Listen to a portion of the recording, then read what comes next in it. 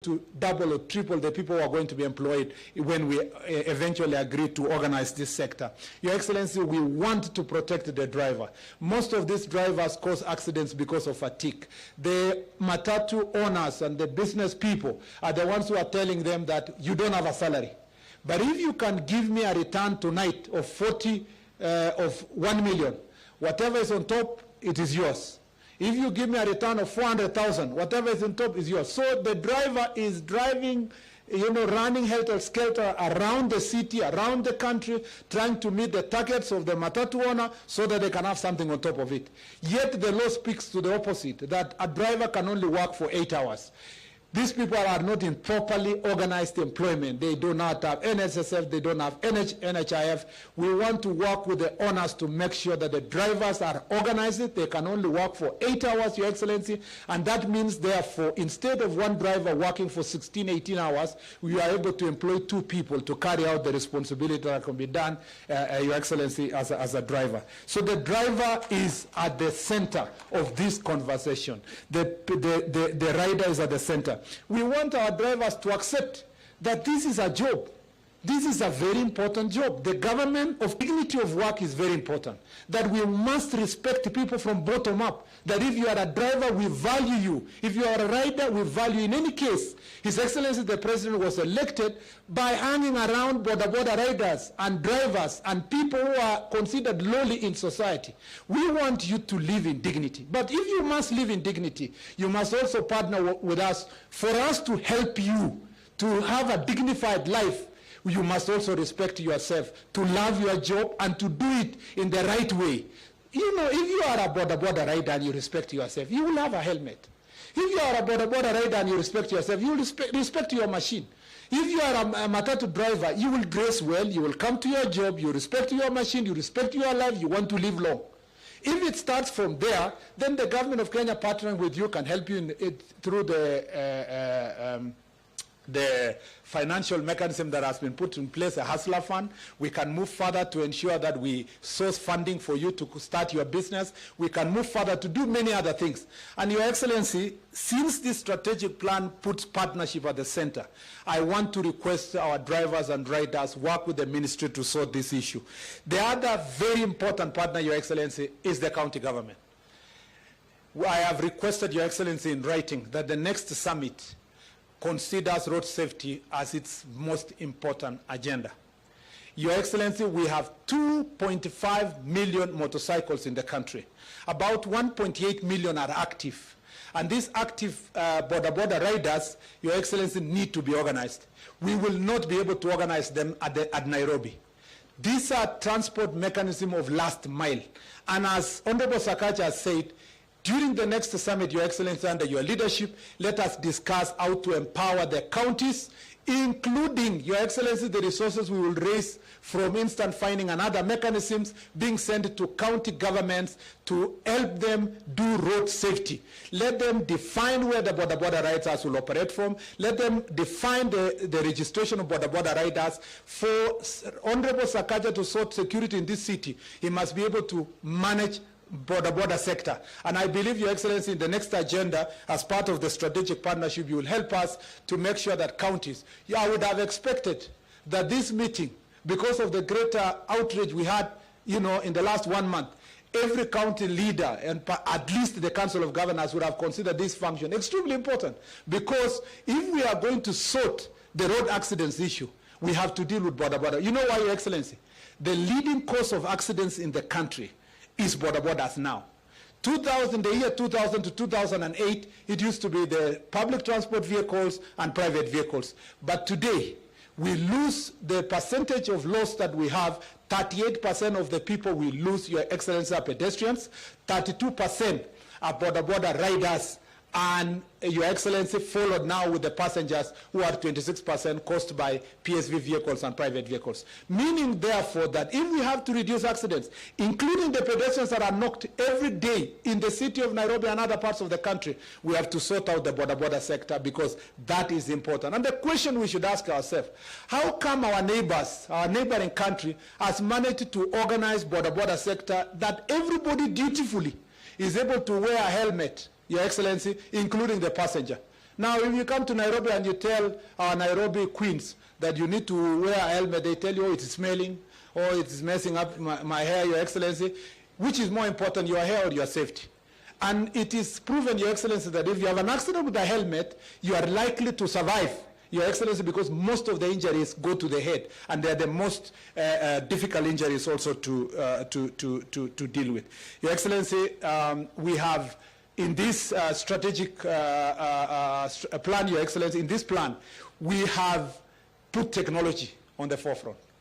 Your Excellency, thank you very much, because you have been calling every day to find out where are we with the instant finding system. Thank you, Your Excellency, because on your travel to Korea, as your first travel in the first year, you managed to secure and support a fund that will ensure that we have ITS system in the Nairobi city, Your Excellency, in about 80 junctions. Thereafter, in your trip to China, you also negotiated a fund, Your Excellency. We are going to have another 200 junctions on ITS system in Nairobi city.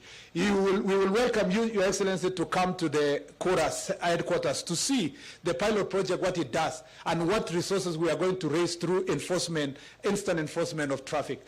We are in the tail end of negotiations and conversations with the private sector. We should be able, by the end of this year, to put in the most of the hotspots, which is actually the A8 road from Mombasa to Malaba, Your Excellency. We should be able to put speed cameras. I will be gazetting in another 1 week or so the task force that will work on the smart transport system, which will encompass the police, the judiciary, the county government, the national government departments, including NTSA, to work on the legal framework for that enforcement.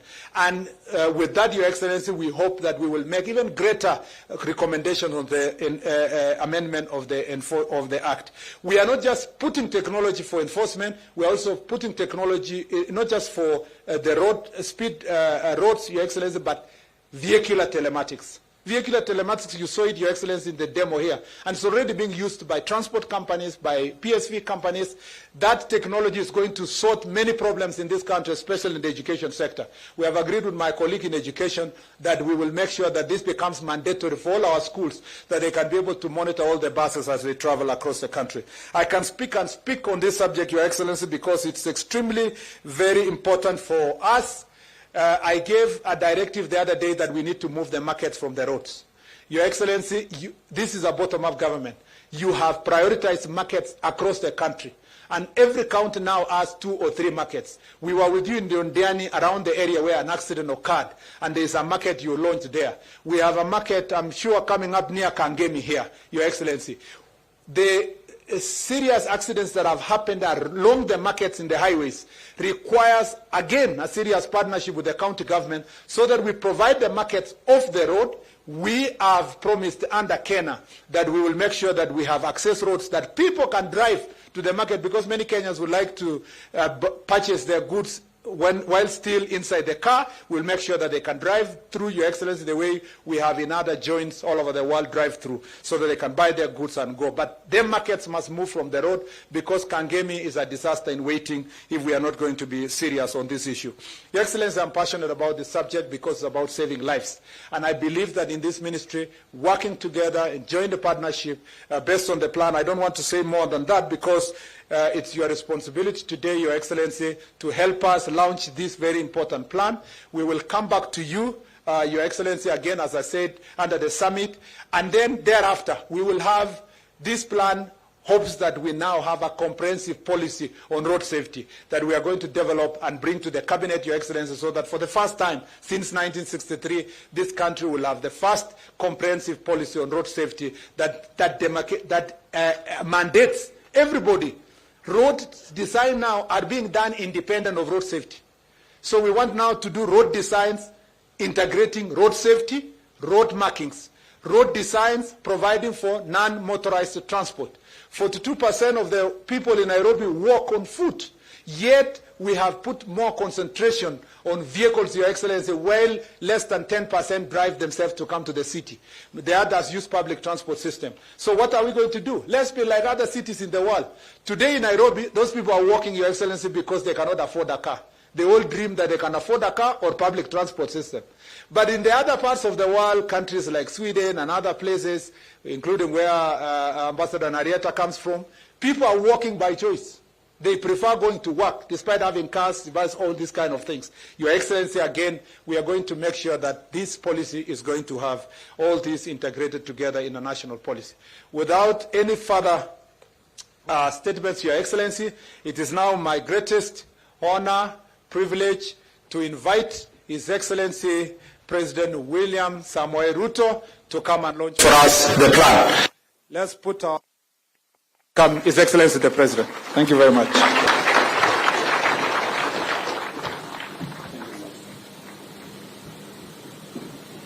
Thank you very much. Let's take our seats. Asanteni sana.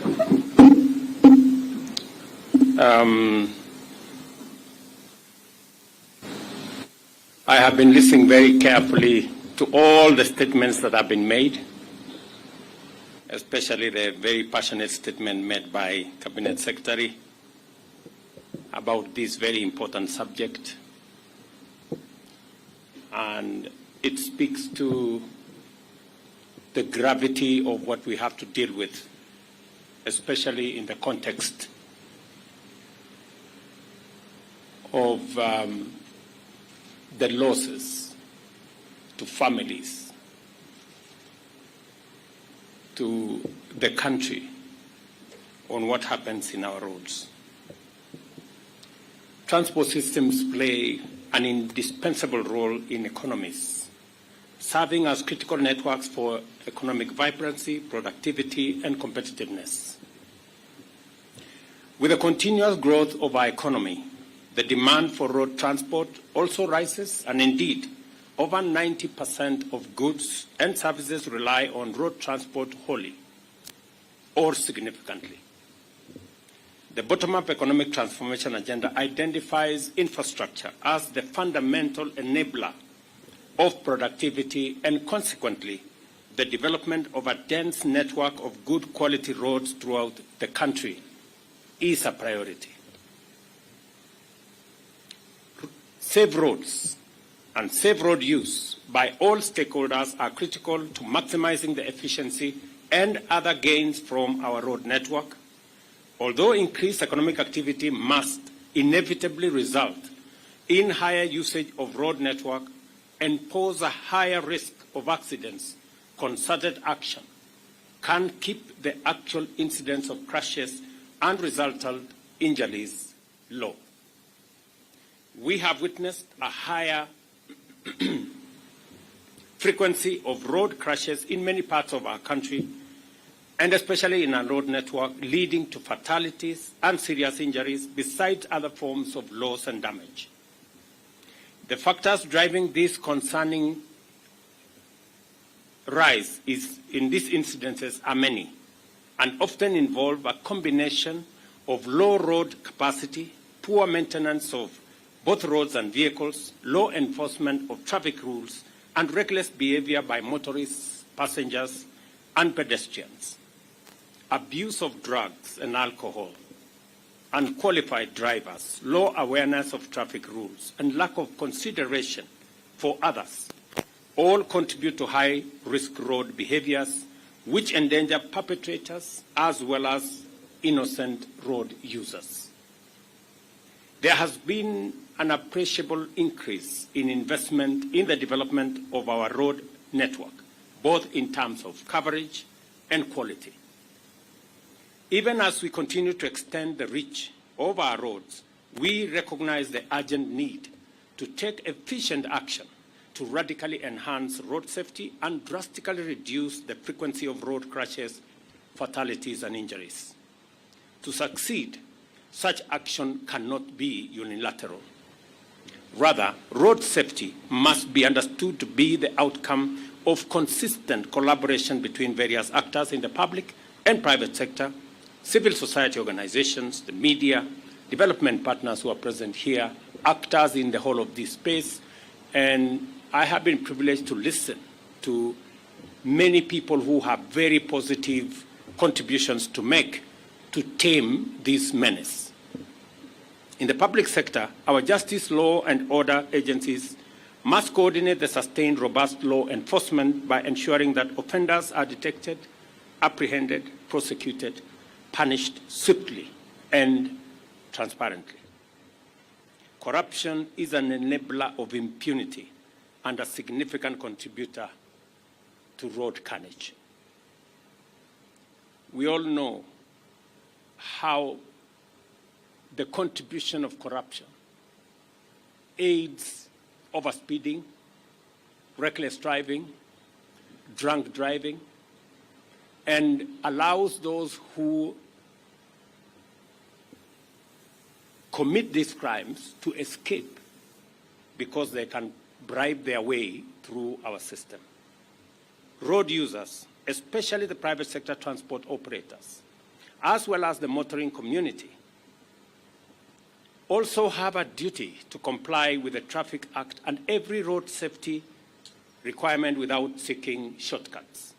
Evading inspection, neglecting motor vehicle safety maintenance, reckless behavior on the road, and paying bribes to avoid accountability are serious forms of contributory misconduct which must be dealt with. The media and civil society also have a role to complement public and private sector efforts to provide training, education, and awareness with regard to responsible road behavior and promoting a safety culture based on consideration for the convenience and welfare of other people. We have been informed that we all know what needs to be done. We all know that the largest contributor to road carnage is overspeeding, reckless driving, drunken driving. The numbers have not been coming down. The numbers have been going up. Every year, the numbers are going up. Waziri and your team, the numbers have to come down.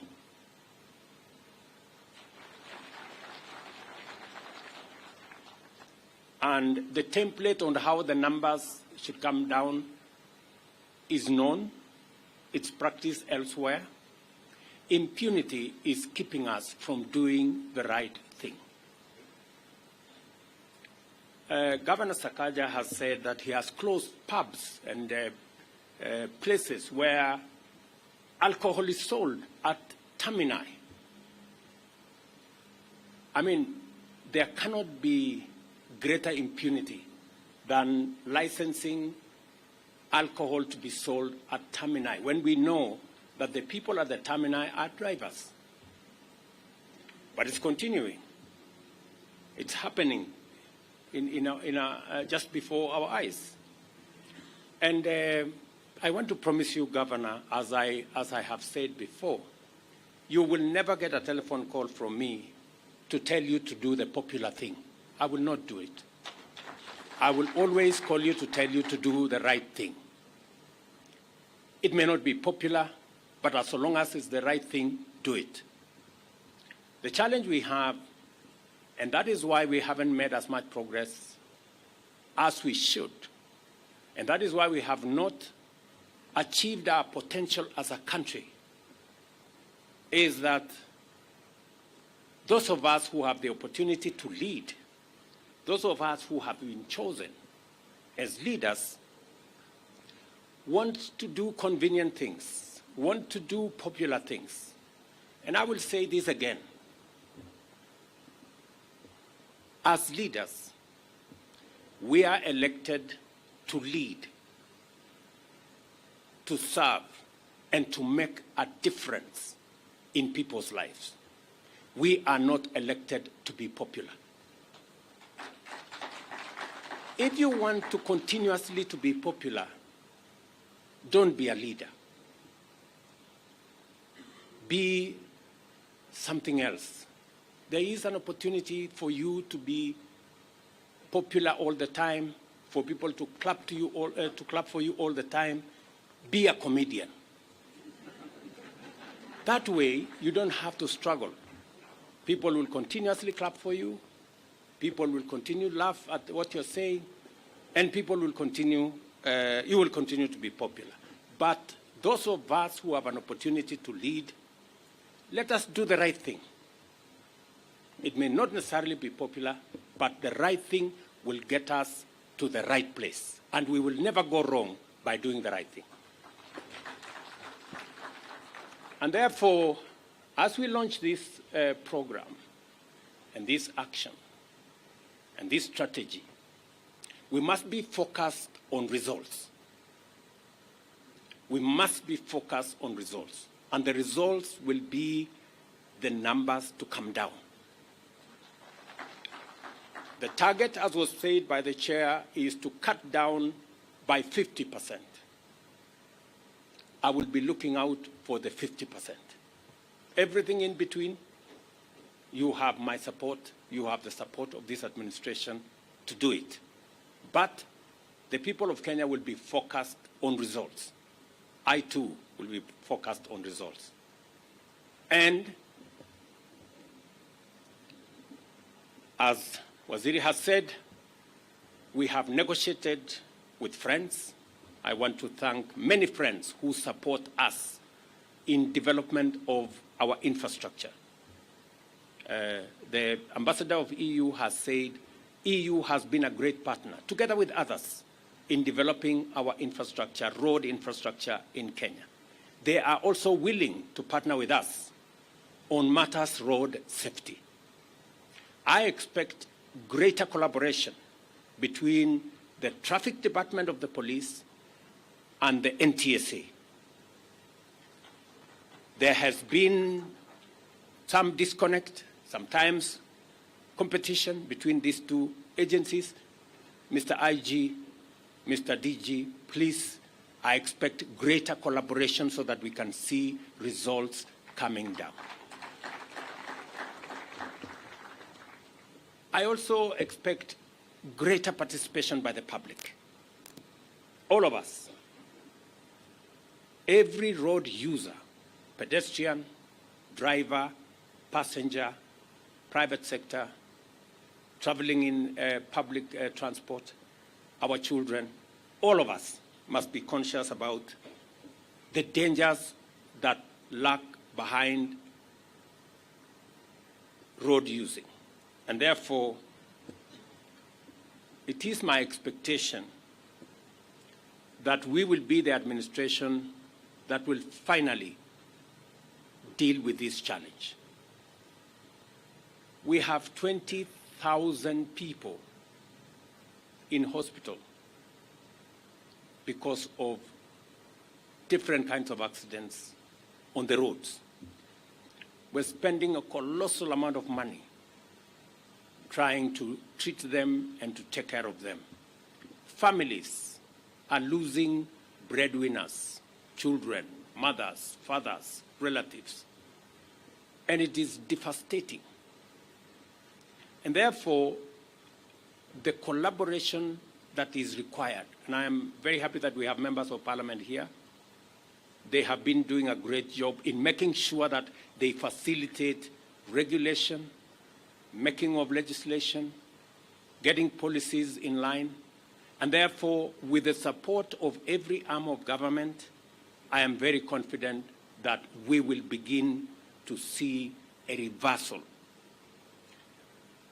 I am looking forward, before the end of this year, that majority of our junctions, majority of our blind spots, majority of the areas that bring danger to road users will be on camera.